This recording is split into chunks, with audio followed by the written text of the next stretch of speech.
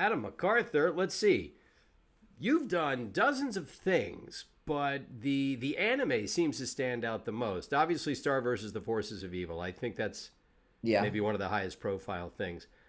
But the anime, maybe it's because you're also a martial artist. So So you just, yeah.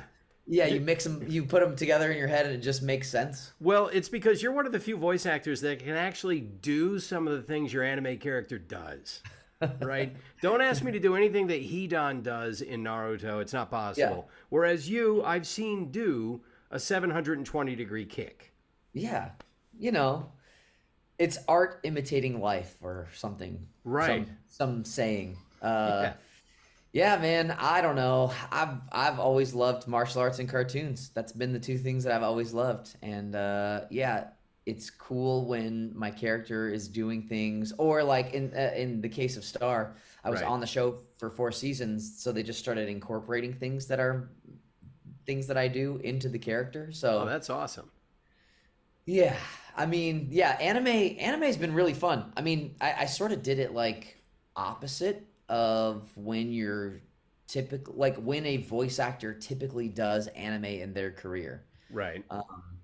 Now, look, this isn't. I'm just saying what is sort of like the general sort of like Right. belief and what people have done. Yeah. None of this is a judgment. None of this is like I'm not saying it should be done one way or the other. Right. Um, but typically anime is doesn't pay as well. There's no residuals, things Right. like that. So people start there and then they graduate to stuff like Star versus the Forces of Evil, Right. SAG video games, things like that. Yeah. But Star ended in 2019, and like I was watching anime and I was like, man, it just seems like they're having so much fun. I just want to have fun. Like at this point in my career, I have done kind of a lot of everything. I've had my chance to be on a Disney show as the lead. I've had my chance to be the voice of a network. I've had like like been in video games and stuff like that. Right. And so I don't know. I just want to do what's fun. Like for me, it's about the people now, not really so much about the projects. Like I really just want to work with good people and fun people. Yeah. Yeah. Well, Uh, you find that in voice acting a lot too. You'll find that most every job has people who are fun, has people who really like what they do, because it's the kind of industry where it really is a fun industry, because we're not as hung up on our on-camera careers. We're right. not as hung up on having to get new headshots, having to bring 2 wardrobe changes with you to an audition or a shoot or whatever. And Yes. a lot of your ego doesn't walk through the door with you. Right. And that's what I've found over the years too. And so, yeah, it's a I believe it's a lot easier to encounter that more chilled personality in the world of voice acting. So yeah, it makes it easier to develop that kind of career. Yeah. Yeah, definitely. And in the case of anime specifically, like, a lot of people who do it are not based in LA. Right. And kind of when I started to think like, oh, maybe this is something I want to do, it was really kind of right before the pandemic, which was if I could have picked a better time, like I just don't think I could have done that. The Right. pandemic really sort of like swung the door wide open on anime, Mm-hmm. not only for like in necessity for new actors to be available with home setups Right. very quickly, but also in viewership. Like people were clamoring for content and just really trying to find new stuff to watch because they were flying through it all Yeah. when we were all stuck at home. It's a lot of So, binging in pajamas yes, and recording in pajamas. It's and recording really, it. Yeah. yeah, it was a, year and a half, 2 years of recording, recording Yeah. and watching in the same outfit. Right. The pandemic changed a lot of things. I mean, it's a cliche to say it, but it is true. Like the last time I saw you in person was before the pandemic, Yeah, probably at CESD's office, yeah, and then I didn't see anybody in no, person for a while. yeah. It's weird. I mean, really, the way I'm seeing people now is conventions. Because still, even in sessions and stuff like that, I'm still not seeing anybody. Yeah, I are mean, you like maybe in passing, but I feel like they schedule us so far apart that right? for all the COVID rules and stuff like that. Yeah. So, Are you going into studios more now? Are you recording from home as much or what? I'm definitely going into studios more than I am recording at home. I still Okay. am recording some stuff at home. Right. I've done a few commercials lately from home. A couple of like live action dubbing things from home, Hmm. and all the Disney XD promo stuff. I don't Right. know if yeah, you know that, right? That I do like all the voice of the Disney XD channel. I was just reading that. So Yeah, that's a nice gig to have. it's been amazing. It's Yeah. been amazing. I am very, very grateful for that job. Yeah, I think I've been on contract with them since 2016, twenty Gotcha. seventeen, something like that. Is it daily? They'll hit you with new stuff every day, or at I don't least sometimes some weeks it is okay. daily. Gotcha. It's not consistent. It's all over the place. It's just Right. whenever they are like pushing out a new like, this week on the summer extravaganza, we've Right. got, Phineas and Ferb, Yeah. all that stuff. But they are doing new stuff all the time. So, Right. I mean, it's at least once or twice a week. That's nice. Yeah, sometimes it's 7, 8, 9 times a week, Yeah. depending on what it is. So, but for that stuff, I don't know that we'll ever go back to in person. It's just way easier to do it Sure. via, yeah, IPDTL. My sessions are so short for those. They book me in 15-minute increments. So to drive from my house all the way across town, Yeah. Yeah. it would be like, I mean, it'd still be worth it, but it'd just be, Oh, sure. But yeah, I have a couple of things where I record from home, and I have yeah. announced that I would be prepared to come in if they need me to. But my home Hmm. setup is it's pretty high quality. I put some money into it, and I've Yeah. been told no, you can record from home. It's all good. And I moved outside of the city, so I was in the city. And after the pandemic sort of got its teeth into us, I realized my kids are going to need a yard. They're going to Mm. need more space, and we Yeah. found one, but it's it's a bit farther out. Yeah. So I've been able to enjoy being able to do that, and I know at some point they may say we'd like you to come in now, and I will say absolutely. So Yeah. Yeah. yeah, Yes. it'll Yeah. be nice. We Not a see problem. people, we have friends come and visit. We're still we try to be careful, but yeah, we are more involved and engaged in society than we were 2 years ago. Right. Thank Yeah. goodness. Yeah. Same. I know. Really. Really. Thank goodness. I mean, going the first convention that I had after sort of things started opening back up, Right. it was a really weird. It was really weird. I like had a moment where someone was at my table and I was talking to them and I'm like, in my head, like my mouth is talking, I'm engaged in the conversation, but in my head, I'm thinking like, I am talking to a person that is standing right in front of me, and there are people everywhere in here. Yeah. Wow, have I forgotten how to do this? What a weird, I Yeah. don't know, just like this weird out of body moment. Yeah. And you'll find that I'll find myself driving. I'll get out of the car. I'll walk through a parking lot, and I'll have my mask with me because I still try to be careful. But if I'm inside a supermarket and it's wide open, and out where I Yeah. live, the supermarkets are actually not very busy ever. Mm-hmm. I always say Wow. this. I don't know how they stay open, but they do. Yeah. So if there's Okay. no one around me, I'm not worried about the mask. But when I get up to the cashier, I put on the mask. We're closer. We do this. But it is a weird feeling because you're walking around, you're realizing I don't have a mask on. Okay, it's all right. It's cool. It's cool. There's nobody around. Everything's good. Fully Yeah. ventilated. And this was not a thought you would have 3 years ago. There'd be no No. reason to have it. Right. And now it's crept into our unconscious. I don't know how long it'll be with us. Yeah. Hopefully Probably for not a a while. while. Yeah. Yeah. Probably for a while. I mean, all the traveling I'm doing, I will say I'm pretty lax when it comes to being in a mask in the convention setting. Hmm. I also had COVID in June, so I'm like, I Oh, feel like at least for a while there, I was living in my immunity window. right. How did that go for you? I felt a little weird on Sunday, and by Thursday I was testing negative, and every day after that I was testing negative, even like the Gotcha. So PCR test. you're It one of was the cases. Yeah, I've been reading that over 50% of the cases tend to be asymptomatic or very, very light symptoms. A lot of people never even know they have it. yeah. And so you decided to get tested because you felt off. like some sniffles, and I had just gotten back from some travel. Okay. Yeah. Yep. Yeah. Yeah.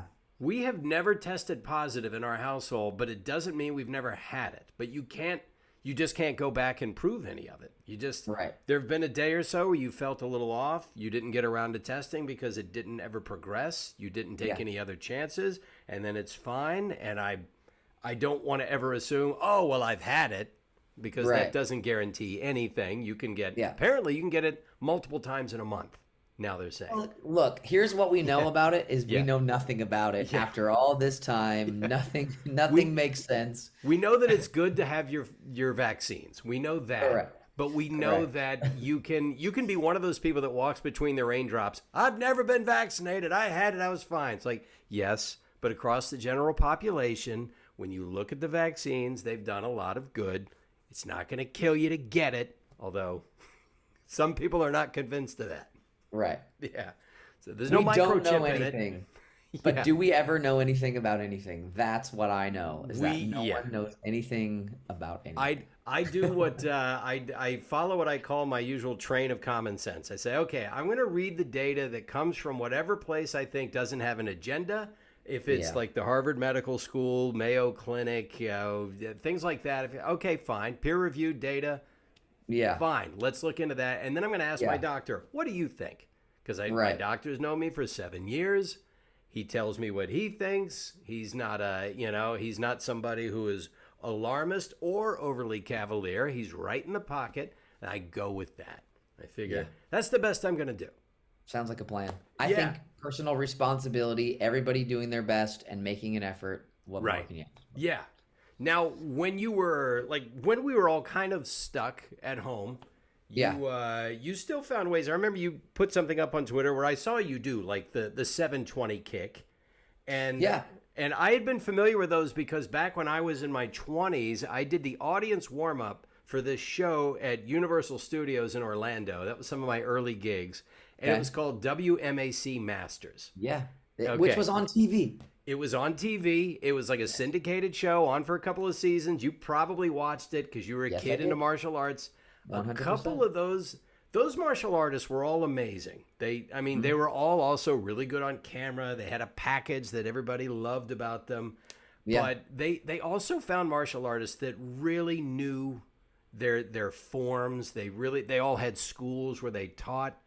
And whenever I would ask one of them for the benefit of the audience watching, we would do it in front of like live audience. I would say, could you do a 720 kick? And they'd say, you need to give me about 15 minutes. Because they would go into the most detailed stretching I had ever seen.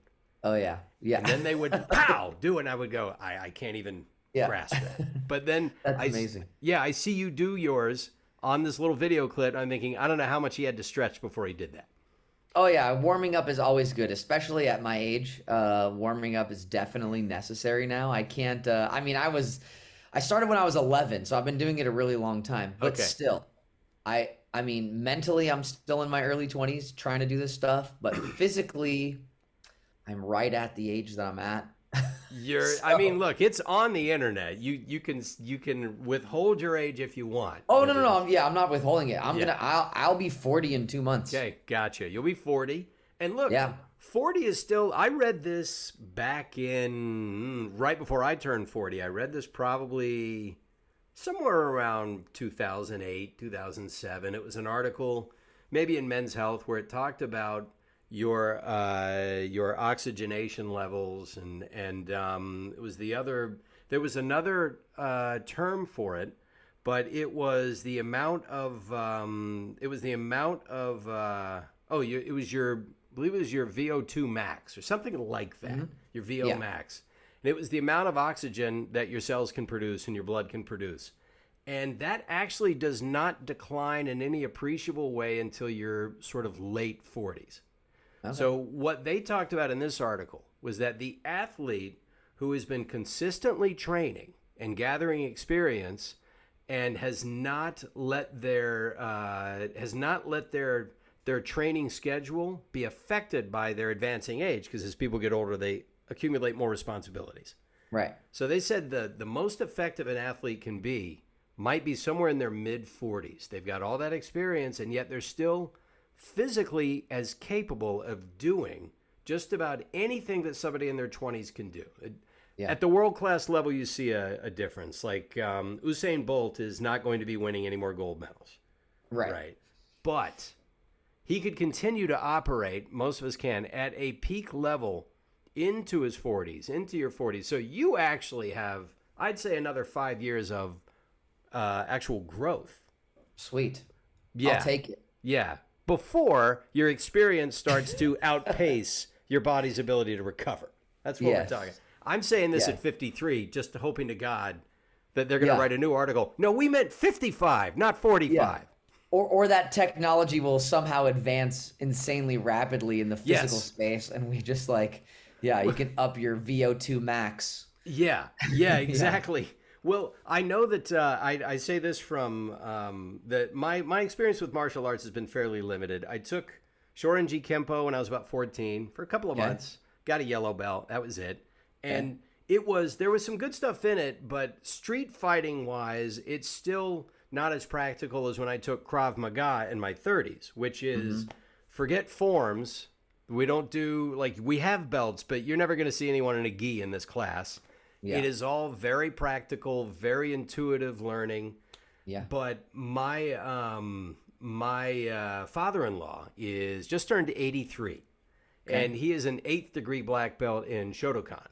Amazing. Yes, and it is that discipline and that command of his body and his mind has kept him pretty young, because he could still fold me in half if he really needed to.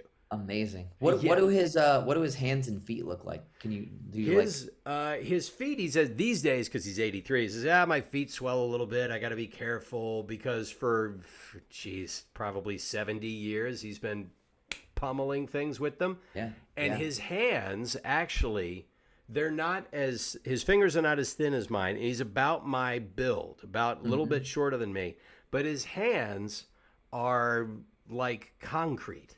I remember once, this was probably 5-6 years ago. Yeah. I just thought, let me see what he really, I'm not going to test him, because that's disrespectful, and plus he's not off telling me he can, leap tall buildings.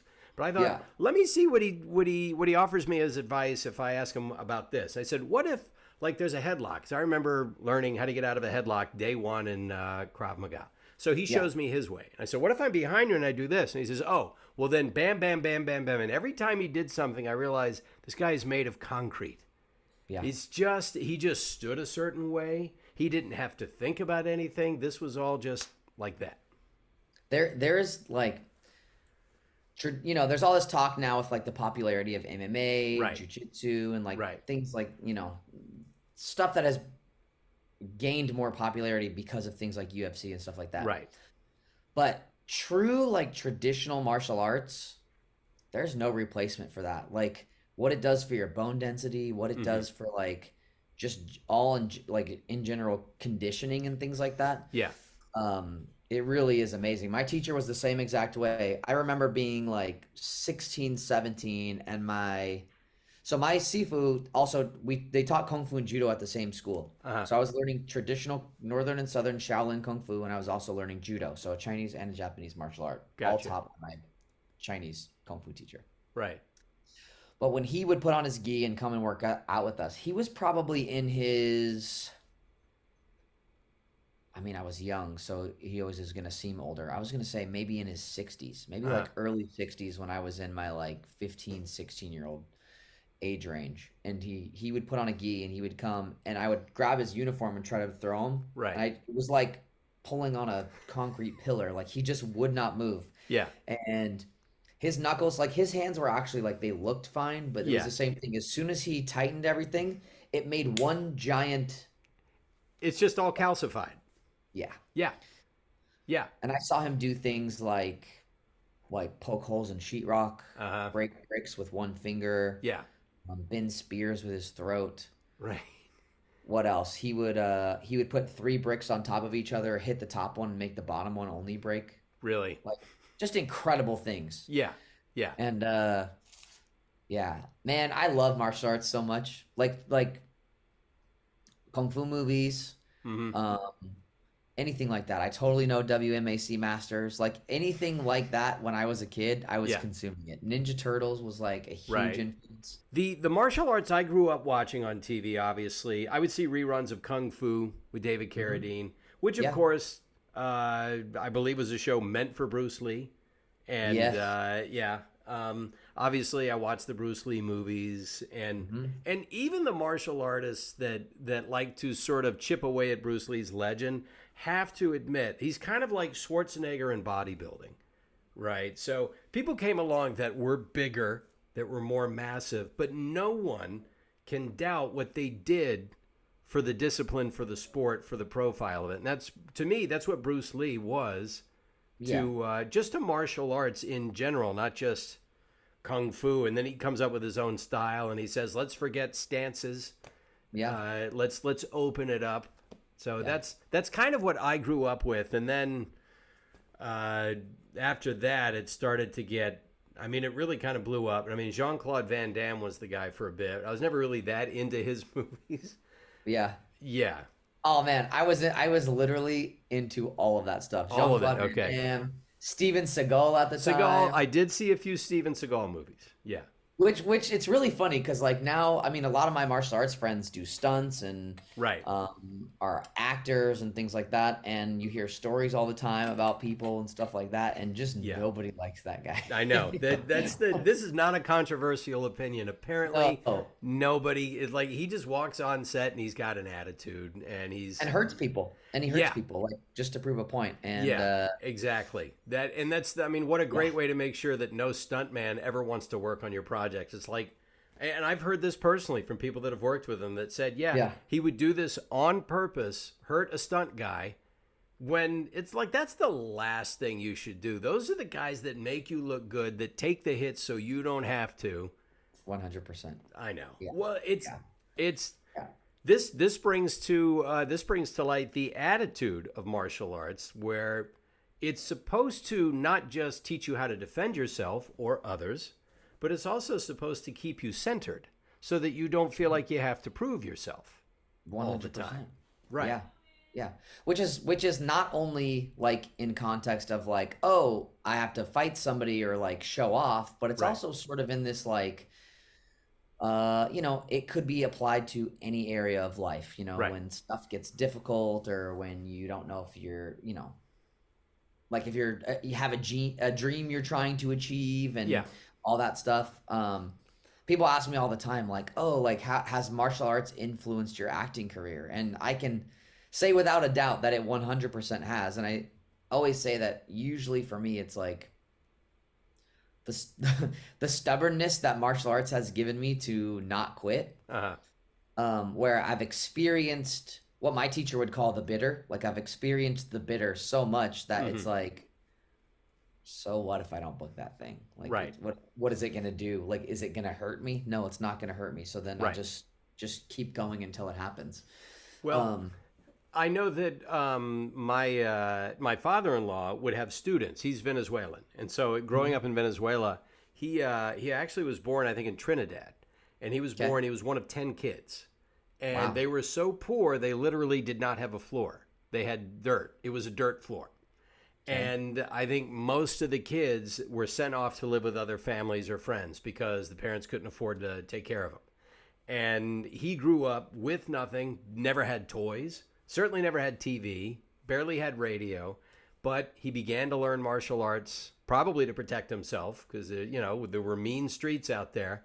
And then he realized that he was capable of incredible focus and discipline when it came to something like that, built up his name in Venezuela, in Caracas, built up schools, has had thousands of students. They were all calling him on his birthday. But my wife would tell me that he would have students that he would hardly ever let them graduate to the next belt because they would never be able to quite show him what he needed to see, but they wouldn't stop coming to class. And he would say, don't stop coming to class. I don't care if you never become a yellow or a green belt or whatever. Keep coming to class. Keep working at it. Yeah. Don't quit. I love that. That's how my teacher was too. It was nothing was given. It was everything was earned. I really do feel like it has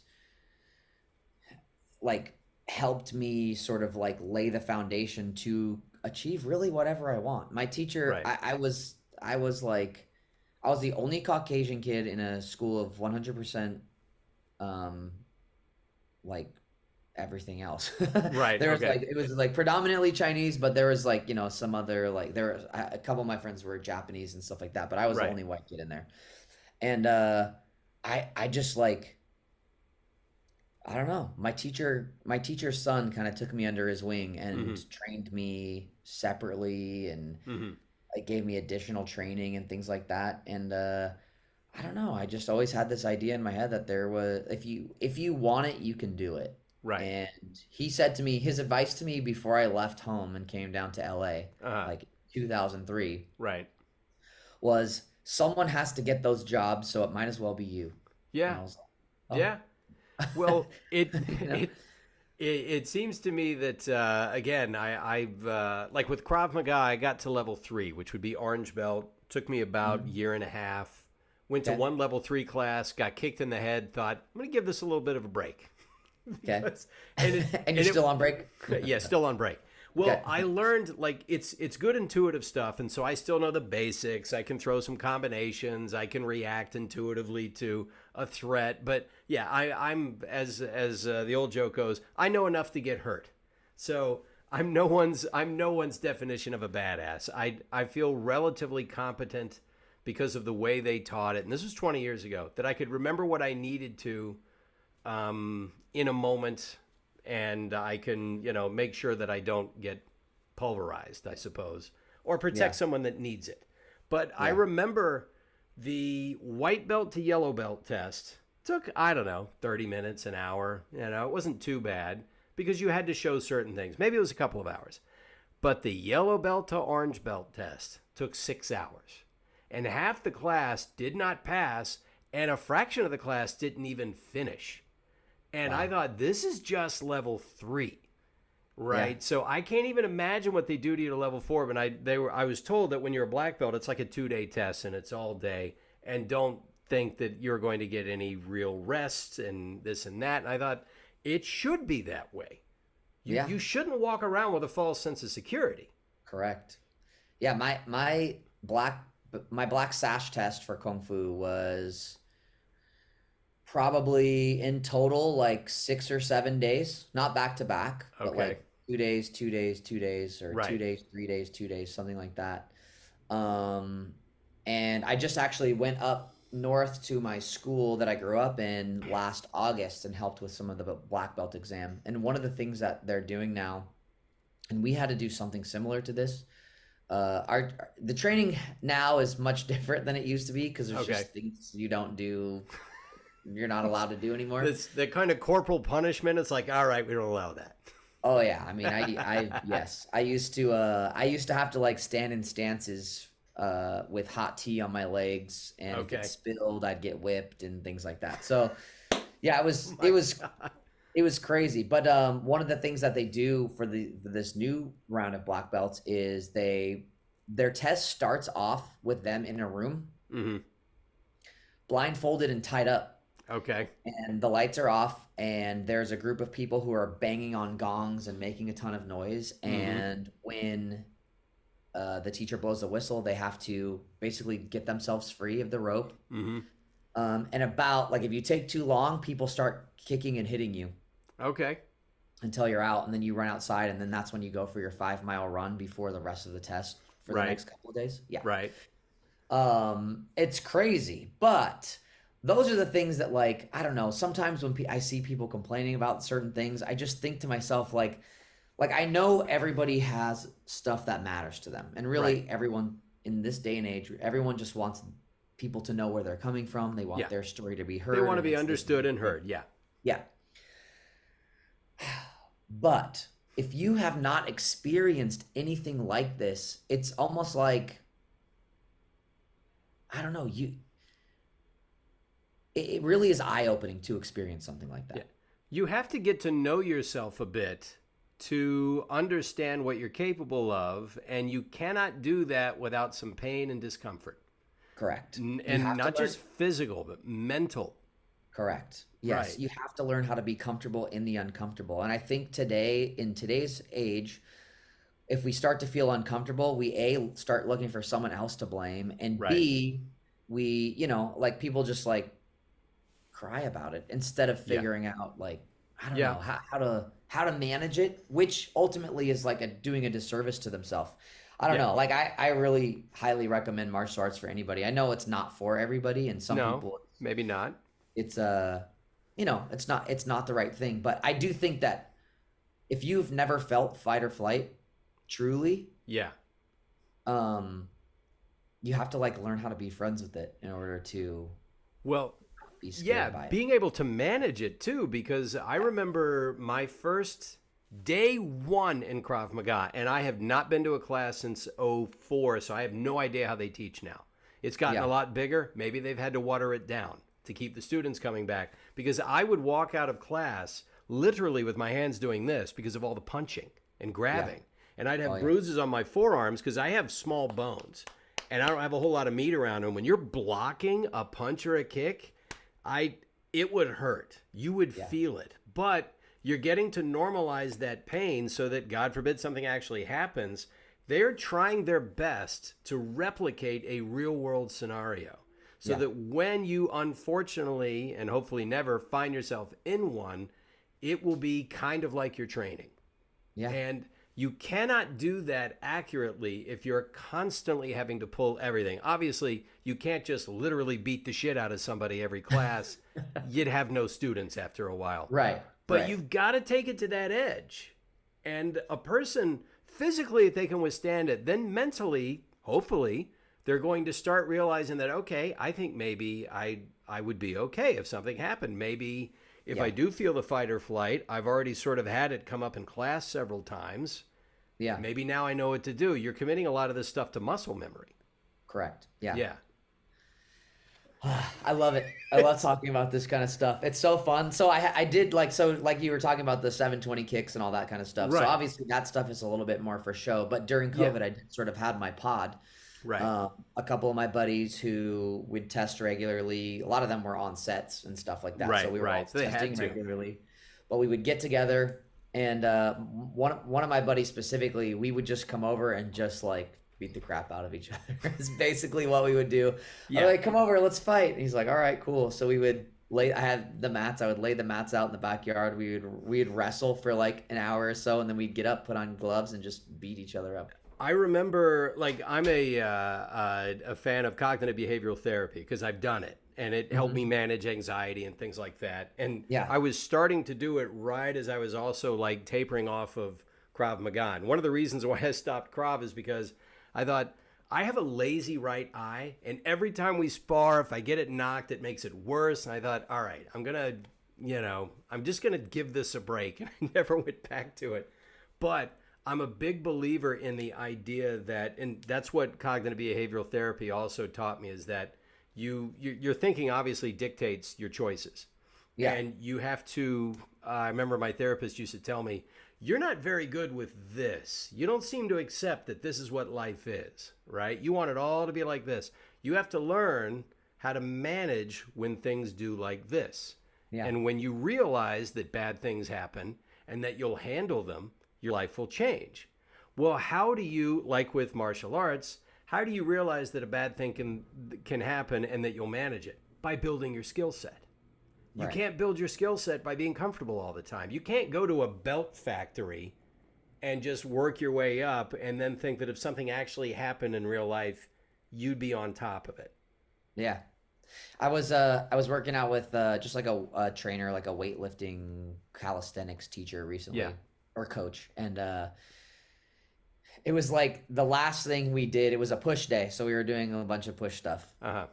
and the last thing he did was he's like, "All right, that's it," and I was like, "Oh, sweet, we're done." Like, okay, cool, I'm still in one piece, and he's like, "But I've got one more exercise," and I was like, "Then we're not done. Like, don't say we're done. We're not done." He always does that. And he's like, "We're gonna do push-ups till failure," and I was like, "Ugh, the worst. That's the worst." Because it's all mental. It literally is Right. all mental. Like, sure, you're like pushing and like shaking and stuff like that, but like, there's no like number you're trying to achieve for. Right. It's just do as many as you can, and so Mhm. then it becomes just a pure mental battle with yourself. It's Of like, course. can I do one more? Can I not do one more? And then, when you are in those last like one or two that you get, it's so uncomfortable Yeah. because you're literally fighting yourself. But my buddy said to me the other day, he's like, dude, I want you to fail. I Yeah. am proud of you when you fail. Yeah. And it was just something, I mean, I feel like I've heard iterations of that throughout my life. Right. And I am okay failing and trying and failing. Hmm. That is okay. But I was just thinking of it in terms of like, it's interesting when you hear something in one area of life, like in the context was we were weightlifting. Right. But then if you think about that sentiment of like encouraging yourself to fail or Right. like experience failure in all these other areas, it's just such a cool, I don't know, it's a cool sentiment and really kind of counterintuitive to someone like me who's very goal oriented. Hmm. Again, I was from the age of 11, it was like, do this, this, and this, you get this belt. Do Right. this, this, and this, you get this grade. And so Right. everything is like, and in acting, there is none of that. There's No. not like, book this, and that means you get a series. Hmm. Book that series, that means you get this. It's like nothing means anything. You literally just have to, I don't know, keep going and not stop. Right. And that's pretty much it, really, which is uncomfortable. So therefore, all your practice being comfortable when it's uncomfortable, Yeah. that's the stuff that's useful. Well, the whole purpose of pushing yourself to failure is to know that, okay, I could not have done anything else. I reached my wall, and okay, so you walk away from it knowing that was very productive. As long as I don't injure myself, I had a productive session because I pushed myself to the point where I realized that, all right, that was the end for me. And in the future, when you are tested, you might think, it used to be this was my wall. Now it's a bit farther along because I keep stretching. I keep exploring my boundaries. And yes, I've talked about this often. Thanks to our phones, we get to select whatever experience we want to have on the internet. We have an algorithm feeding us stuff based on our past selections, based on things we might like. And the more you select the things you like and avoid the things you don't, the more it curates your experience so you encounter as little, I guess, discomfort as possible, unless you're a rage watcher. Some people love to rage watch things. I hate this show and I can't stop watching it, that kind of thing. But either way, it gives you more of what you want, which is not what life does. And so people who have curated their experience to, especially through AI and through just being on screens all the time, have not given themselves perhaps enough of a dose of the unpredictability and uncertainty and discomfort of life to perhaps achieve what in their heart of hearts they want to achieve, but they haven't built up that habit of failing, living with uncomfortable, and learning that it's okay to be uncomfortable. In fact, it's part of a necessary process. Right. And whether you learn it through martial arts or cognitive behavioral therapy or both, as long as you learn it, like you say, you'll see this. You'll see iterations of this all throughout life. There will be, as they say, teachers will come and go. They'll always have that one piece of advice for you. When you're ready to accept it, then you'll accept it. And it's there. Yeah. Yeah. I saw this really interesting video the other day, and the guy was talking about words. And like you've probably had those VO sessions where like I actually feel like I have them often when I'm doing the promo stuff because a lot of times I'm repeating the same line that's just like slightly different. The word doesn't mean anything after a while. The word doesn't mean anything. Yeah. He was like, you say the word handbrake, handbrake, handbrake, handbrake, handbrake, handbrake, handbrake, and then it just like starts. It loses all meaning. And he said the same thing happens with our actions. Mm-hmm. If you are constantly doing the same thing all of the time, then it loses meaning. Like it's like you think about it just in like sense of the first time you told your wife I love you is probably much different than when you tell her now. And I don't mean like it means any less, but you probably say it sometimes without thinking because it's I said it to her as she walked out of the room. That's what we do. Yeah. But it not that it means any less in the grand scheme of things, but it probably in that moment wasn't as like, your heart probably wasn't beating fast. It occupies a different space in your head. Right. And so this thing that I was watching was like you have to constantly trick yourself and do things that take you out of those routines so that Hmm. you can grow. And it is it's along the same lines of this, like it doesn't maybe necessarily have to be something that's uncomfortable, but I do think that like if you get in a routine and you start, if you consciously are trying to just like mix it up a little bit, it can be really, I don't know, it can be cool. It might make you feel more like you're living than, Right. you know, Well, yeah, like life is things happening to you. exactly. Like there are people who kind of get very precious about their routines, and Mhm. routines are very effective. That's Mhm. why we do them. We do them over and over again because they deliver the same experience, and for some reason, that's Yeah. important to us. Like I have a routine that I'm sure everybody has. I brush my teeth after breakfast. I floss. I do these things, and I know I need to do them, and they don't need to mean anything other than this is the experience I'm used to having. Yeah. I'm going to do it again because when I go Yeah. to the dentist, which for me is tomorrow, Nice. I hopefully get a nice pat on the back and say, Yeah. "Yay, you did good," because it's not good when you don't do good because you have to Right. stay here longer. Yeah. That's a routine that doesn't need to have any more meaning attached to it than the result you get. Right. Whereas, like you say, the routine of I'm always going to go the exact same way when I go to work. Or I remember driving into CESD, I used to find 3 or 4 different ways to go because I'd Mhm. get really bored. And I Yeah. would think, I need to explore something. I need to find something new about this trip because I don't want to think that it's tedious. It's Yeah. not good to feel as though it's tedious to go into the office that helps you earn a living. Right. So I had to recapture a sense of interest and adventure and excitement with Yeah. something as mundane as how I drive in to the office. Yeah. I like that. I think that's cool. Yeah, you have to reinvent as much as you can. And I actually saved this as a picture, and I sent it to my wife because somebody put it up on Twitter, and I said I have to save this because this is too good. And it's somebody saying, these are the let's see, the important life lessons that I learned from Raul Julia's portrayal of Gomez Adams in the Okay. in the Adams Family Yeah. movies. And one of them is where is it? Here it is. Treat every encounter as an adventure. And the character of Gomez Adams in general is somebody who has a rapacious lust for life in general. Mm. And some people are just born with that. Some people have to cultivate it. Yeah. But when you can cultivate this enthusiasm for even the mundane, then your life is going to be far more interesting, whether you have ups and downs or not, than somebody Yeah. who slips into the routine in everything that they do. Yeah. I definitely feel like I am I don't know, trying to recapture some of that since COVID. Like I Yeah, COVID gave me a lot of bad habits, like staying at home, like just, not being able to leave or not being able to go out and stuff like that. right. I do feel like it gave me bad habits, and there's still things that I'm sort of unwinding where I'm like, "Oh wait, like yeah, I don't have to go do that alone, or I can call a friend or like like whatever." Right. But yeah, I like that. I like Yeah. that. Yeah.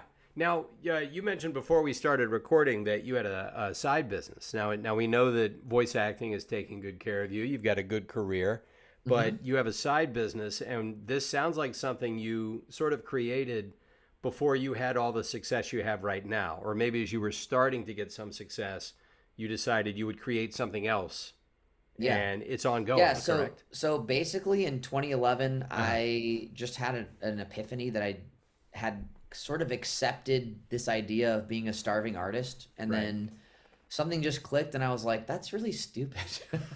Like, why can't I like have money and also pursue a career in art and be an Right. actor and like not have to worry about that? So, Right.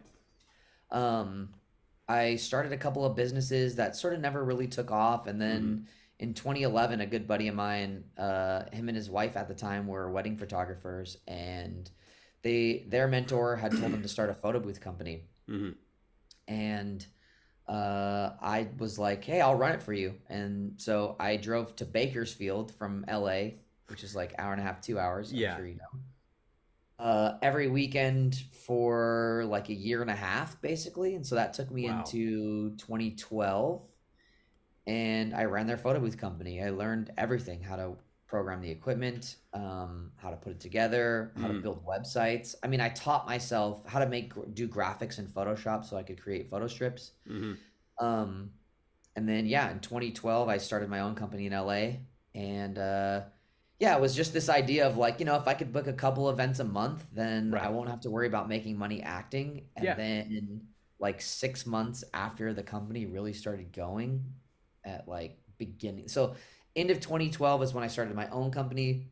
And then the beginning of 2013 is when I just started to book all the time and everything kind of took off all at the same time. And then end of 2013 is when I booked Star versus the Forces of Evil. So like the everything started taking off pretty much at the same time. So when Star ended in 2019, that same year, my company did about 250 events. I had 5 employees and things like that. We were doing like, I don't know, we were doing pretty insane numbers for something that was a side business. Which was cool. And yeah, if you had asked me years ago, like, do you see yourself ever owning a photo booth company? The answer would have been no. No, But why? I really do. Yeah. What'd you say? No, why? Yeah. I didn't even Why? thought those existed. Yeah. Yeah, just not something I would have thought of. Yeah. But I'm very much a person who is of the mindset of like everything happens for a reason, and so I always try and like retrace my steps. Like, okay, well, why did that happen? Why did that come up? What about that can I take and apply to other areas of my life and stuff like that? So I'm actually like in process of selling that company. Very excited about that. Hoping that company will be completely transferred over to the new owners, this amazing couple. We're going to continue to like elevate the level of service, and we have an amazing reputation. We've worked all over LA, private events like weddings and birthdays and stuff like that, but also we've done a ton of corporate events. Like any major company you can name, we've worked with them. Right. We've done a ton of like wrap parties for movies, TV shows.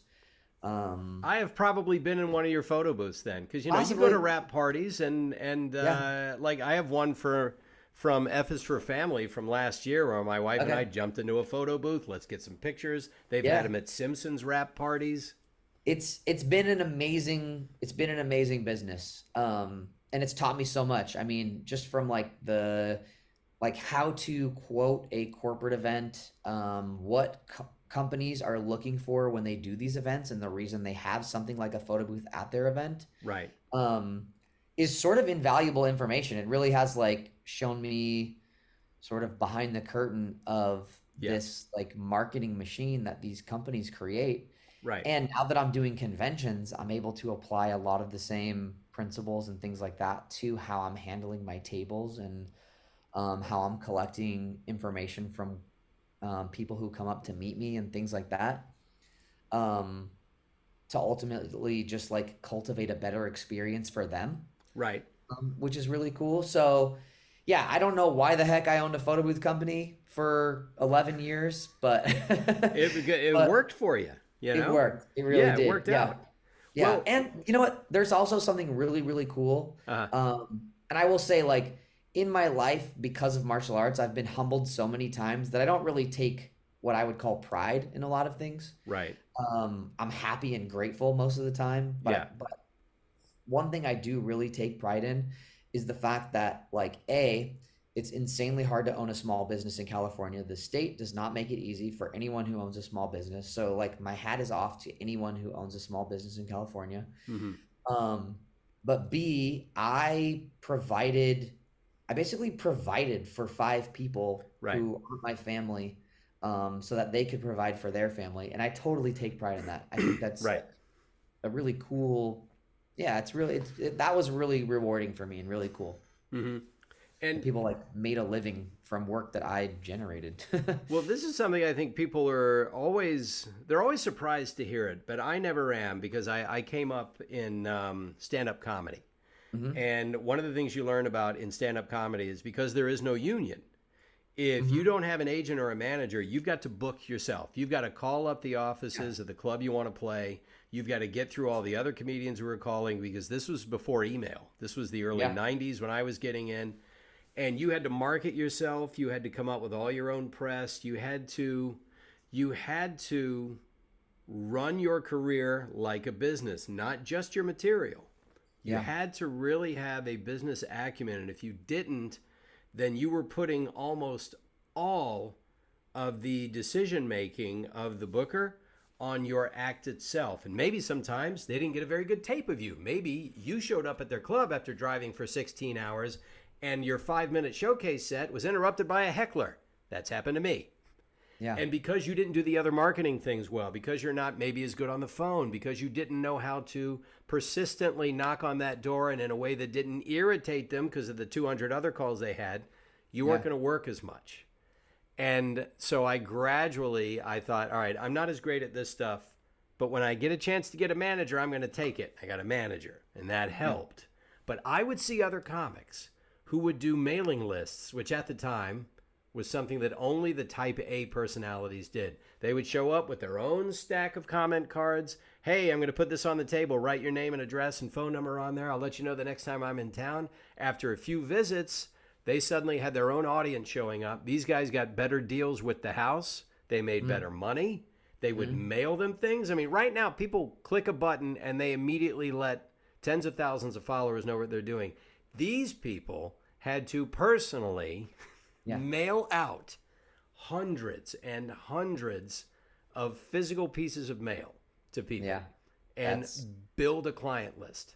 Yeah. So here we have, now you'll notice, here we have switched to Adam in a room with lights on. Yes. Sorry. It was the ring light was like, I don't know. Yeah. But anyway, what I had discovered was these comedians, and I saw this in the acting world too, on-camera actors who would do a mail-out every single time they book something. And people who follow social media now think, what's a mail-out?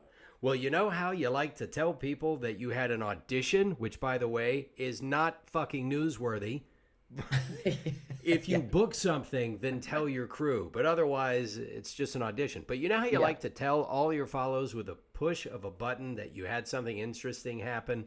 Well, that's what actors had to do back in the 90s and before by mailing out whatever Postcards. Promotional materials they had to every casting director in town. Yep. Yeah. Yeah.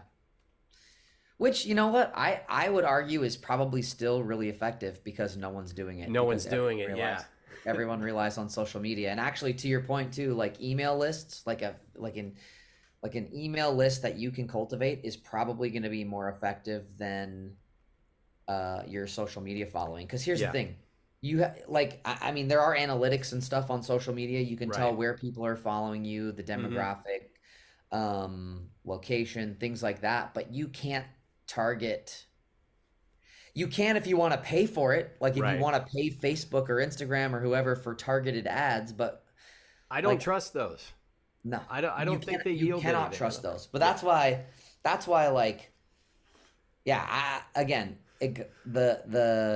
have had experience with that coming up during that time period when social media didn't exist. Right. And I've seen how it's done still, even with Instagram, Facebook, and all these social media companies. I mean, I started, my first acting job was in like 1998 or something like that. And so, you know, I had that experience. I don't think I booked anything noteworthy to send out any postcards, but all my submissions for agents and stuff like that were, here's my headshot and resume. Let me mail it to you, and with a cover letter and all that stuff, which. Yeah.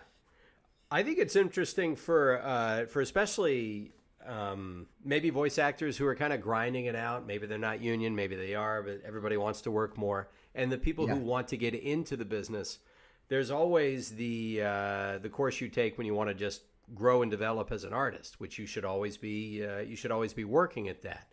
But then there is the other half of it, which is managing your career, especially when you don't have someone to help you manage it. And then recognizing when you do have a manager, when they're probably dropping the ball. You have to see that so much of the finished product, that role that plays out on screen or that commercial that you hear is 1% of the job. The other 99% is everything you did to make that one finished result possible. And so much of it is learning how to manage your career and learning how to build an audience if you're, say, a streamer or somebody who's a content creator. Right.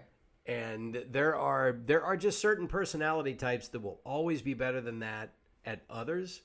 And if you're just find that you're not great at it, then you either need to hire someone who is or figure out how to be great at it. Right. Yeah, because otherwise you're starting behind.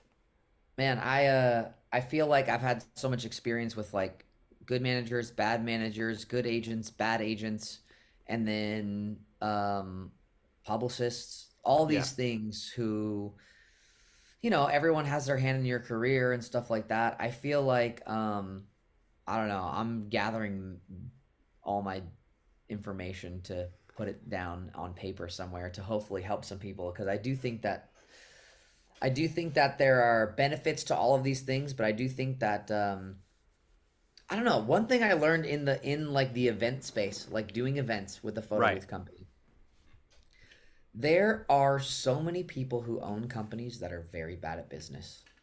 And if you look around and you see different agencies and agents and actors and things like that, they're like, to truly be good, it takes a level of work that, I don't know, it just seems like a lot of people do enough to get by. Yeah. But to like truly be good, and mostly what I'm talking about, and I'm not talking about actors so much, I'm talking about like some agents, managers, publicists, things like that. There's so many people here who are actors, right, that are looking for help, as opposed to realizing there's certain things that they can do for themselves, that like, they rely on these people who you realize 1, 2, 3 years in, you've been paying 10-20% for what, and right.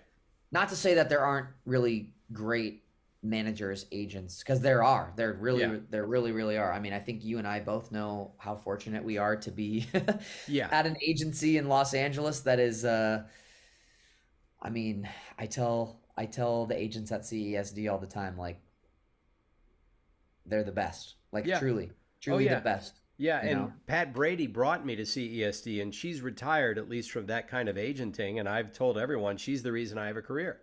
Yeah. She made things happen for me. She gave me the opportunities. I did my part by seizing them and not making her look like a fool for bringing this. Yeah. But, I mean, if you... Some people change agencies like they're, changing cars. It's been a couple of years. It's time for something new. It's like, look, if that works for you, fine.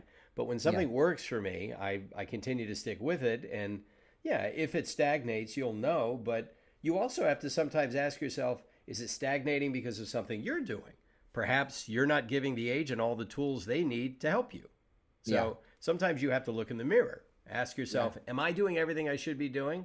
Am I continuing my education? I have friends who are actors, who are on-camera actors, who are busy on-camera actors. They still go to acting class. It has not gotten in their head that, oh, well, I booked this, so I clearly know what I'm doing. I don't have to work on anything. Yeah. So they keep doing it because it's different with voice acting. If you're getting regular auditions, and we get regular auditions, that's your workshop. You are constantly doing. And if you feel like, all right, maybe I need to change up my approach, there are workshops out there for you. Yeah. But, you stay loose, stay warmed up, be ready. Always. Yeah, exactly. Yeah. But I feel like people would be surprised to learn of the background of a lot of these successful actors and how sometimes they, even if they didn't start in business, how, like in your case, you developed a business. And now you've taken what you've learned from running that business and you're applying it back to your acting career again in the form of, like you said, the way you're handling your approach to conventions now. Yeah. Well, I mean, even to be honest with you, even anime was sort of a business decision. I mean, that wasn't something that was actively pursued by CESD. And I sort of brought this idea to Sam Frischman, who was an assistant at the time. Yeah. And I said, look, I would love to do anime. Mm-hmm. There's no residuals per se, but there are conventions which could act as a residual in terms of just like looking at a monetary, similarity. Mm-hmm. And he kind of ran with that. But I mean, I was looking at it not just from like, oh, this would be really fun, which is what got my attention initially. But then business wise, it's like, well, yeah, I mean, this makes total sense. Of course, there's an element of like, you got to get lucky. And Yeah. there are people who are on hundreds of shows that, in terms of conventions specifically, like, it might not have a huge demand, or it might take a few hundred credits to like Right. make going to a convention worth it, I guess, monetarily. Mm-hmm. Or if you're just into the fulfilling nature of meeting fans and getting to hear their stories, that's also, it's not all about money. It really isn't Right. all about money. But you do have to pay the mortgage. But you do have to pay the mortgage. And I do think that, like, again, as artists, we're like this weird we're this weird career path that is looked down upon, kind of beaten down, and we start to believe these things that we're told, about not making money, or we're supposed to do it for free, or it's Right. good for exposure and things Yeah. like that. I heard somebody jokingly say to someone one time, like, oh, what do you do? And they're like, I'm an actor. And they're like, oh, ha ha ha, where do you wait tables? And It's I'm the like, typical response. yeah, I'm like, ugh, like, I don't know, but a lot of us believe that. Yeah. A lot of us are like, yeah, like I am, or we apologize for doing something like waiting tables. And Right. I don't know. I will always defend people who do those kinds of jobs to pursue something that they really love. And I always, like, one of my sayings that I always like to say is, there's no shame in doing what you have to do in order to do what you love to do. Yeah.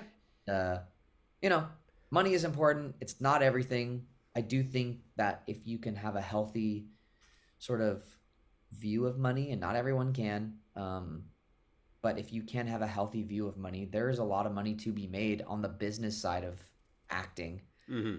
If you can kind of hone that stuff in, it really can open some doors and some opportunities for actors. I think we also, like, another thing that we do is we willingly share our money with everyone and their mom who asks for it, which is so weird to me.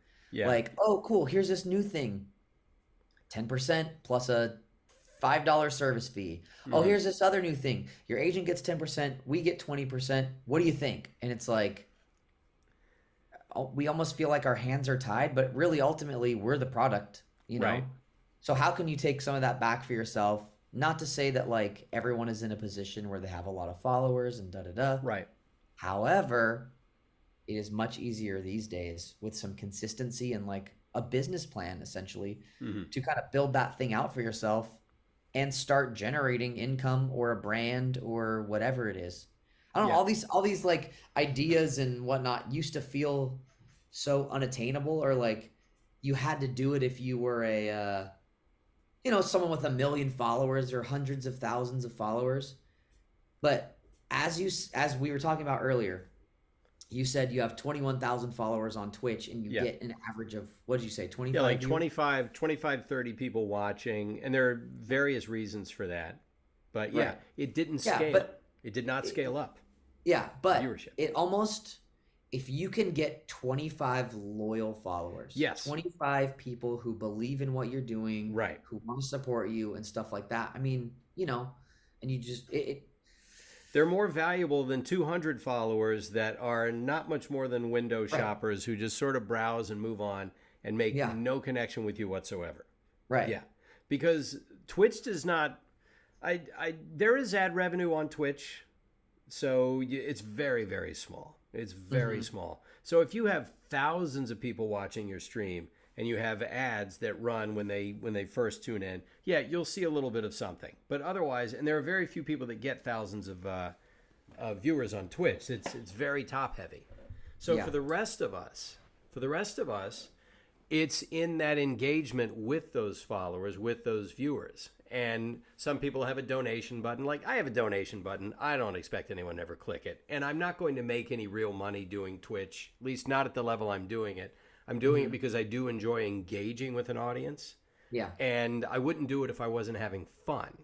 Yeah. So, and at the same time, like you say, quality followers, quality viewers are much more important than knowing that you've got a bunch of people watching, but they won't follow you anywhere else. They won't. If you wrote a book, they're not going to buy it.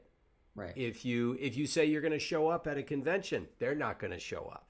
Their engagement with you is limited. So like you say, you're trying to cultivate the people that truly get what you do, and they'll be there for it.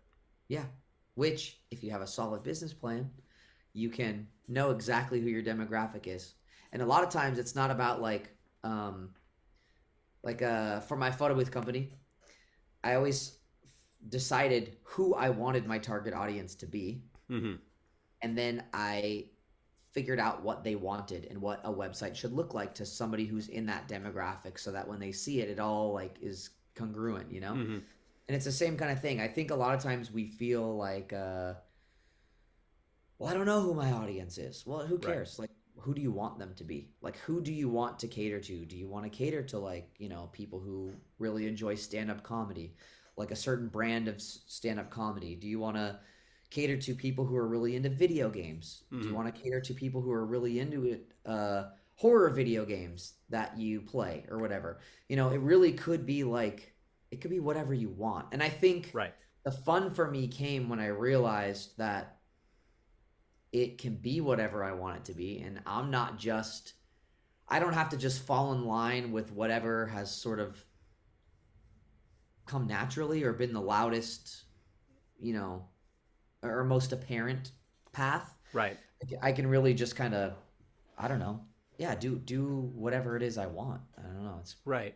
A lesson I learned from watching comics, which I've tried to apply to this channel that I have on Twitch, which has gone through different phases. But the comedians I saw when I was starting out, that I was starting out with, what I did from the very beginning was I always was an audience pleaser, because I could do impressions and people really responded to that, and I got intoxicated by their reaction.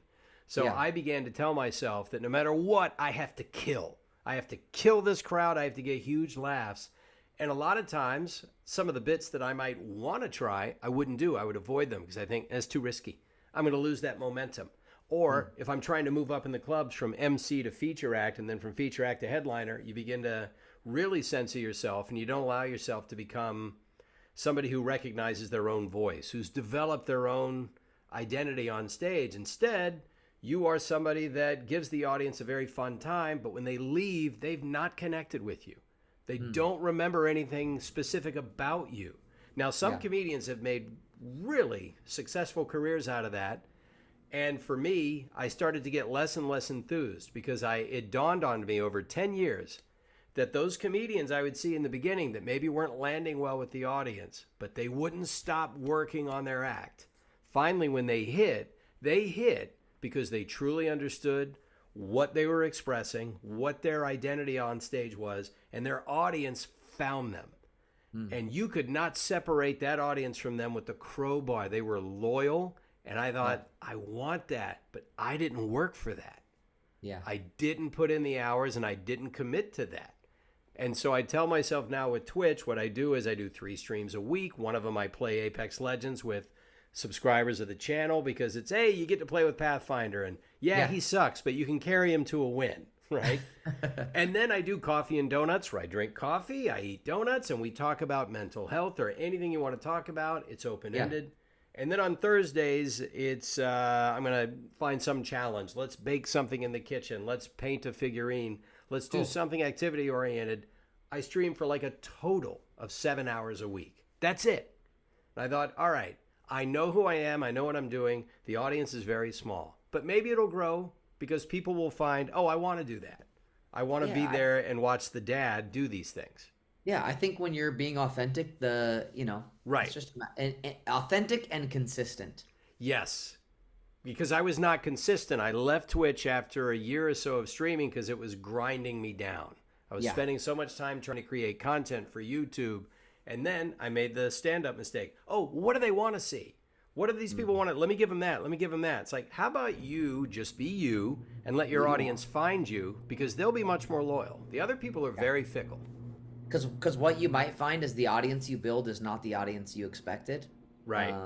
All along, and it might be much more fruitful. Because the other part of this is not ignoring the path that's in front of you, or the most obvious path. You know, Like right now, it would be silly of me to ignore the fact that like I'm getting requested at conventions. Like that would be silly of me to Gotcha. ignore that revenue stream. So I've put myself in, a position to audition and get cast in certain things, Hmm. anime, Right. which then opens the doors for certain things, conventions. So it'd be silly to deny that. Right. If, unless of course there's like, some health reason or something like that, Yeah. then again, money's not everything. Right. However, if we're strictly talking business, Yeah. then, it would be silly to put not like if I'm putting effort into something Hmm. to not, you know, take Yeah. advantage of the stuff that's Some things are a slam dunk. Like I started streaming because of Apex, because I Mhm. realized, oh, this game kind of blew up. Oh, I'm in this game. Oh, Oh, people will watch me play this game. yeah. Right. Okay. I'd be a fool not to embrace that. Then I Yeah. got deep in the weeds in it. And then some of my Apex buddies started streaming. They do it better than I do anyway. They've created nice streams for themselves. I saw the Yeah. content creators do it. And then when I left for about a year and a half. And when I came back, the audience for me had shrunk. And a lot of it is because everybody's streaming Apex, right? Mhm. Everybody's playing Apex. There's so much out there.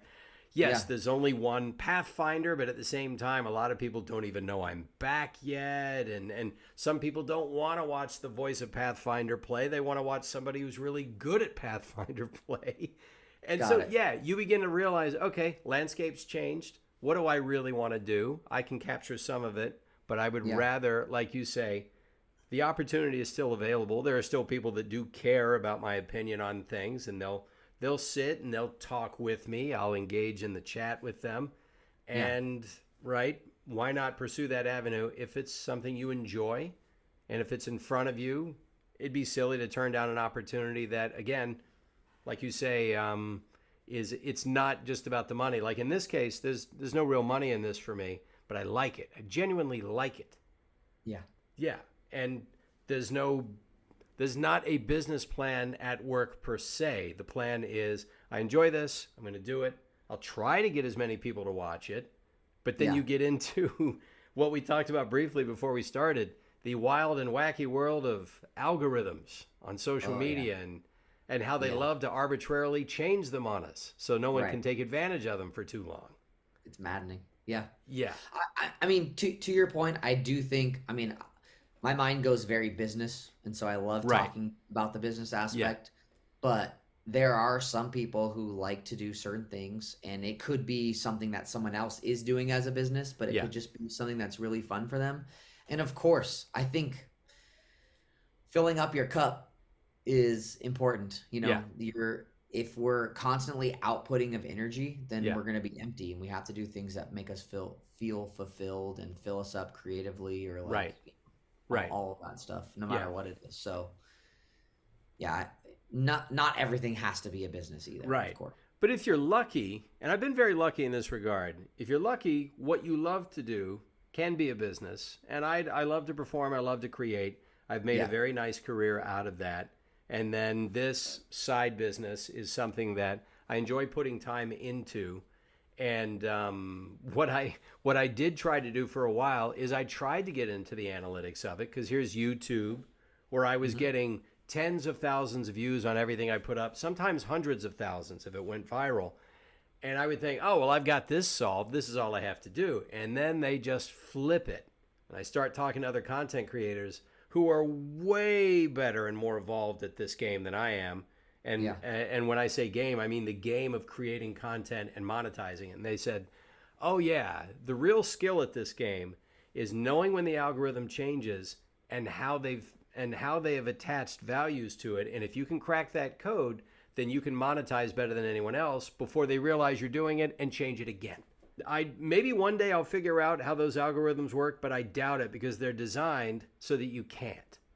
And it's hard to I don't know how you create a business plan for a business that they constantly change on you. And that's why when you talked about maybe the old school approach could work, what if you reached out with real mail and mailed it to people who follow you? I You mean, know, I will say, I think we're living in a time where we're gonna start to see, and we already see it, with even in popularity of shows like Stranger Things, where it's sort Yeah. of got this 80s aesthetic. Yeah. Everyone who grew up in the 80s, even the 90s now, there is this group specifically, my age group, the nostalgia is very strong. And Hmm. I think that there's a place for things that feel a little more old school. Yeah. And I do think that as we continue to change and we get, further and further into this like existence with social media, you're going to see that there's sort of a longing for like the old tangible stuff. I mean, look, we just had this whole thing happen on Twitter where everyone freaked out because HBO Max started canceling shows, Warner Yeah. Brothers Discovery started canceling things, and people are like, "Oh crap, like everything's getting canceled." And it's like making people long for days with Physical cable. copies. Even cable. But yeah, Yeah. VHS tapes, DVDs, things Right. like that. People are like, oh, if Infinity Train, the Cartoon Network Uh-huh. show, the DVDs immediately when it got pulled from HBO Max were going for like 275, Wow. 375 on eBay because people are like longing for this stuff. So for me, I always kind of pay attention to that. I'm like, oh, that's really interesting. And I also look at like the fact that Netflix spent $1 billion on content during COVID. Uh-huh. A, everything all these companies did who were thriving during COVID, Yeah. like that's not sustainable. So what are you going Right. to do? Where are you going to start making cuts? Either you're going to continue to make your own stuff and stop paying for licenses to have shows that were already made beyond your platform, Hmm. or it's going to be the vice versa. You'll stop making your own content and you'll have to license more content, or just cease to exist. So, like, I don't know. I mean, and obviously, I'm just kind of speculating. It's not like I know anything, but I just think it's really interesting. And I do think that, you know, if it's like, man, it really sucks trying to evolve my business plan, evolve my business plan every time this algorithm changes. Yeah. What is the point of what I'm trying to do? Like, what is my end game, Hmm. and how can I reverse engineer that without involving social media? How Right. can I get to that same thing? For me, conventions are face to face with Yeah. people Yeah. who are proven customers. They Right. like something that I have, Hmm. or that's at my table for sale or whatever, and they like me because they're willing to wait in line. Right. Um, so it's essentially like being on Instagram and gaining a follower. Right. So then, like, what's like, how do I maneuver that? What do I do? How do I reward those people for waiting in line, being fans? Right.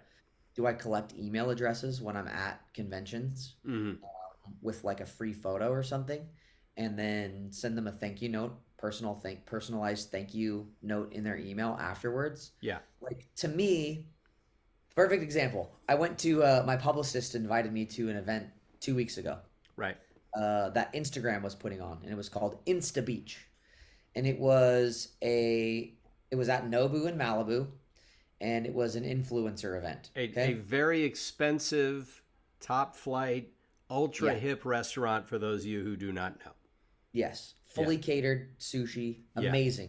It was It amazing, is and a Instagram, five-star place. Yeah. yeah, Instagram put on this event. When I got home, I was like, ugh, I hated that. Hated that. And well, first of all, they wouldn't let you bring a plus one, and it's an event where you're supposed to encourage like to take photos and stuff like that. So, like, what am I gonna do? Ask people I don't know, like, here, get this Yeah. video of me on this backdrop. It was just like that part of it was kind of lame. The event itself was amazing. Every like big influencer I see on TikTok, Instagram, they Yeah. were all there. I Hmm. recognize so many people, but I've never been to an event with so many people and felt so alone. Right. And when I got back, I was like, man, that was really as cool as it was to be Yeah. at an event like Nobu, seeing these Oh, yeah. people. It's very Hollywood. You feel like you're, all right, I'm part of the dream factory here. Yeah, but where's the connection? Right. What is the point of this? Where is the connection? And I Right. do think as these things continue to grow, what people are longing for is a personal connection. Yeah. And it's why at my tables at conventions, I really try and take time and just like ask people how their day's going, really listen to them when they're telling me the story of like, you know, oh, this project meant this to me because of X and Y, and like really just have like a human moment with these people. So for me, as I continue to sort of like develop, it does feel like kind of gross calling it a business plan, but in a way it is a business plan, but it's not just, again, because of the money. It's also because I care about providing an experience that they can't get from someone else. Yeah. So I want them to walk away from my table being like, man, that was amazing. I went to a convention in Arizona earlier this year, and there was another actor there, and his lines were insane. Like, people waited for 4 and 5 hours to get an autograph from him. Wow. And one person came through my table after, and I was like, hey, how's your day going? And they were like, good. Woof, we just got out of, it's Bryce Papenbrook. They were like, we just got out of Bryce's line. And I was like, oh man, his lines were huge. How long did you wait?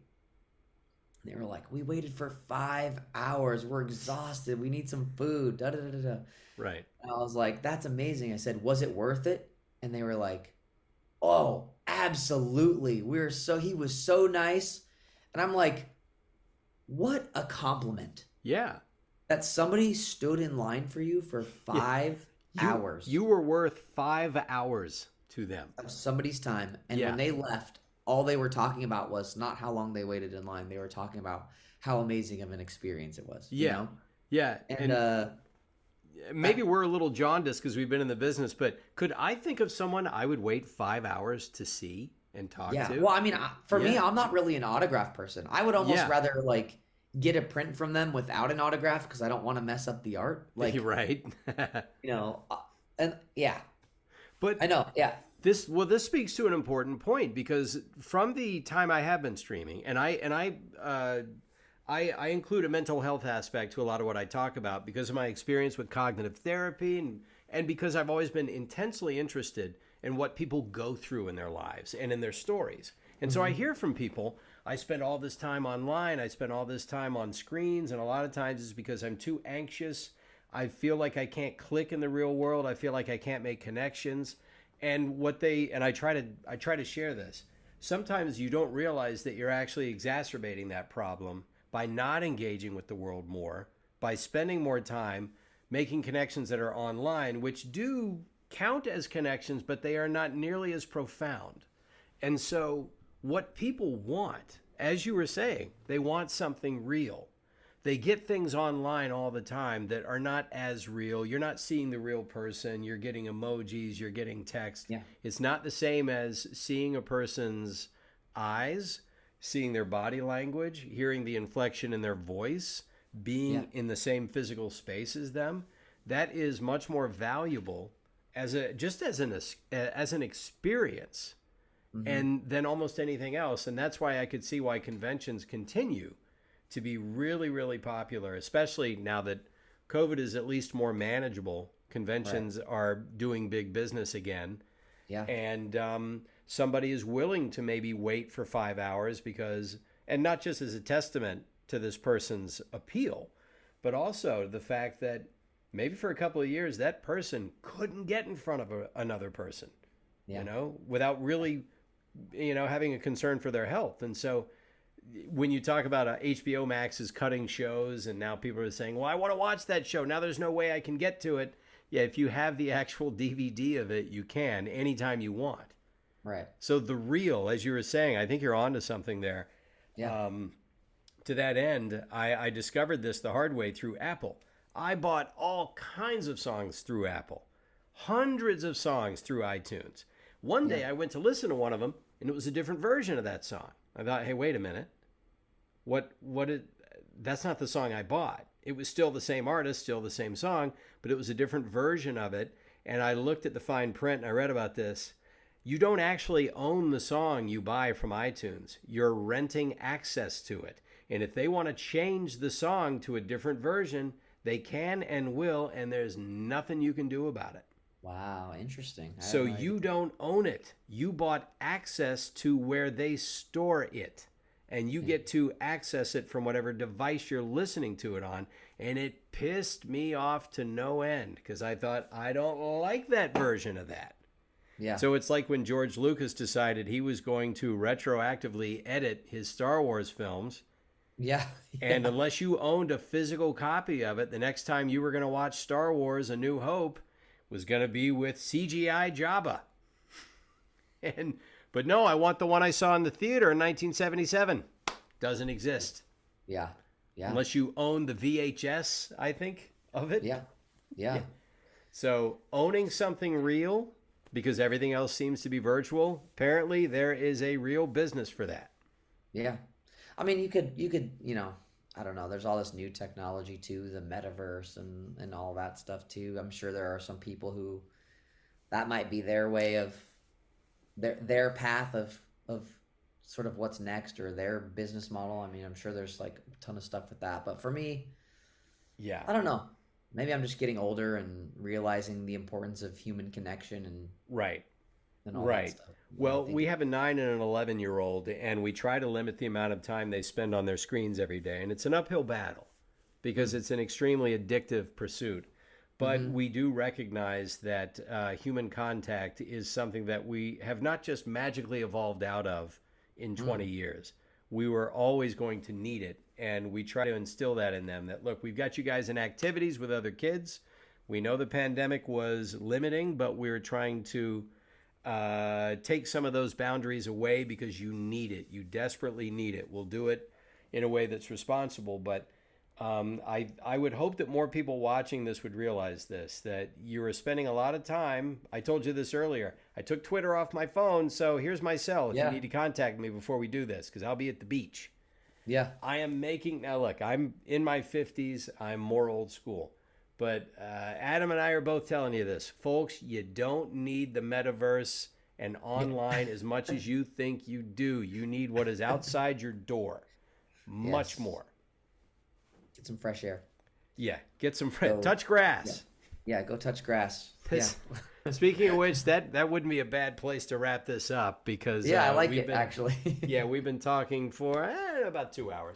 That's standard. Nice. Not quite 2 hours, but that's standard for me. But I will ask you this.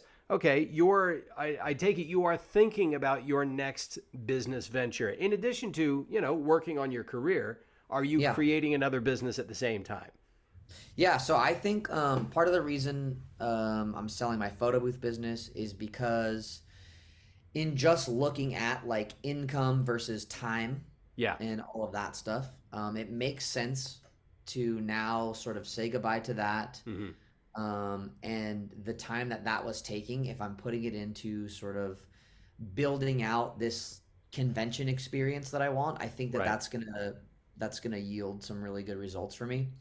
So that's kind of the next thing that I'm focused on. I've really learned that, again, like I mentioned earlier, California makes it very hard for small businesses. There's a lot of regulations and things, right? Like I'm incorporated, but that's for voice acting. So and we have to go through it, Yeah, specifically when you have employees. Okay. And you are trying to like do certain things. It's just like everything costs so much, and it really like you have to make so much money in order to make barely any money. Right. And so again, how I kind of talked about, like, there's always someone who wants a piece. There's always someone who wants a piece. Yeah. So it's kind of like getting down to the bare bones. I don't want to have employees anymore. Right. At least, I can't actually totally say that because I do think that there is going to be a moment, even for like the convention stuff, when some of the ideas that I have that are going to hopefully really kind of explode some things, will require some additional help, and I do think that would require having some employees, but it will be slightly different. Events is different, sending people out to an event. Like I mentioned, I don't know if I said it when we were already recording, but like my photo booths are built inside of vintage Volkswagen buses. So that's right. Yeah, so I have people driving vintage vehicles to events, worrying about maintenance, worrying about this. Like, having an assistant who's helping me in an office make sure my prints are stocked and my bags packed for conventions is going to be much different than, that the event based stuff. But yeah, I think my focus is gonna sort of turn to the business aspect of the personal appearance stuff. Gotcha. And then we'll see how it goes. I like to kind of evolve and reassess and see and stuff like that. I mean, I do have other like investments and things like that, but as far as like businesses that I run, Hmm. I think from really early on, once I realized that I had something with my business, the focus sort of became, okay, now what? Like, then what? Like, so you have a business that makes money and now you have some money. Like, then what? Like, do you Right. just keep working? And I think that everyone who has money or gets to a point where they have a steady income should start learning how they can make their money work for them. Yeah. And I've gotten to a place where I've gotten some really good things going. And so, the idea is to not have to like work, which is what I've been doing my whole life. Right. Um, so yeah, so the focus for now will be on the personal appearance stuff and sort of what I can do for fun. I mean, the business side of it is really fun for me. So seeing how I can make that kind of grow, Hmm. and then yeah, see what happens from there. But we should talk again in a year. I mean, we'll Yeah. talk before that, but I mean like Yeah. about this stuff Yeah. I'd and like to see what see. I'm able to implement. Yeah, because I can tell there are things you don't want to reveal. Obviously, you don't want to get ahead of yourself, and you don't want people to get ahead of it. And Yeah, these things take time to develop, so yeah, you don't want to let the cat out of the bag. But it's true. One of the advantages of being in the union and working on union shows that pay residuals is that's the money that earns while you sleep. right. So as I learned a long time ago, you don't get rich off of a salary. You get rich off equity. You get rich off things that appreciate while you're doing something completely different.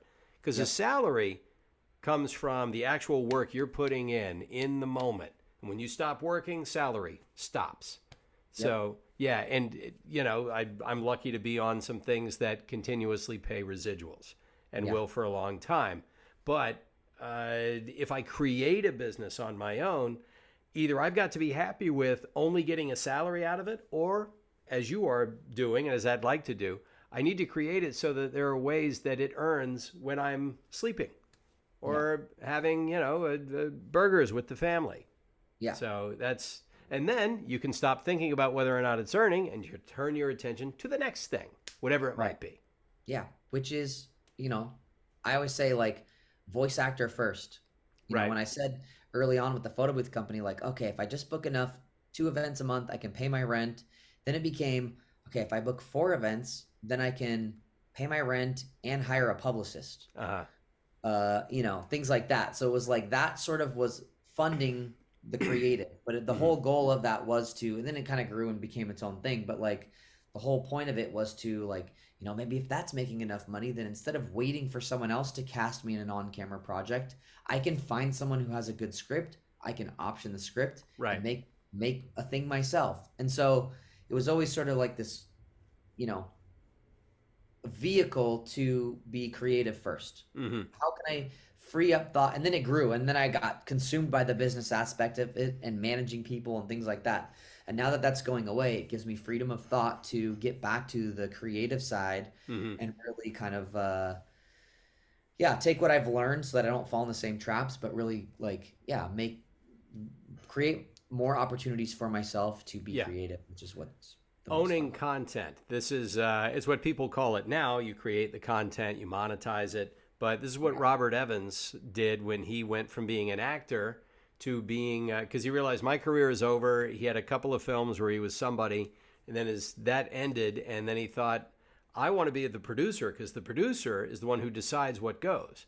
So he thought, how do I be a producer? Well, you have to own something and get it made. So he started optioning the rights to books. And he would just try to be the first one to get to a popular book. And once he got that happening, he became a producer. Once he produced enough, next thing you know, Paramount said, you're going to run our studio. And it all started because he said, I'm no longer an actor. I've got to stop waiting for the phone to ring. And he, Yeah. by the way, started from a business perspective. He used to work with his brother, I think, in the garment industry. So Okay. So always cool. had a business plan and yet did highly creative things. Yeah. But yeah, with a plan. Love it. They're not exclusive. They can work. Yeah. Yes, totally. You do not have to be a starving artist. You don't have to run yourself ragged. You don't have to sleep in your car to prove how dedicated you are to the industry. Right. You can have it all. Yes, and if it takes a fair amount of discipline, well, maybe martial arts might be something that you can learn to help you not just protect yourself and balance your health mentally, physically, emotionally, but maybe it teaches you the discipline to approach everything else effectively. See how we tie all this together? I love it. I love it. There it is. Put a nice button on it. All we need to do now is to go outside and touch some grass. Yeah, I know. Yeah, and because of the drought, my grass feels like hay. Feels like straw. Let's go outside and touch the hay. Yeah, I'm going to go outside and touch the hay. You do the same.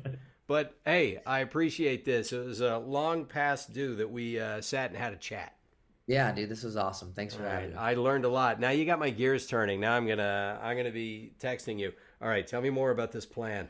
I gotta figure it out. I'm happy to chat anytime. All right, man.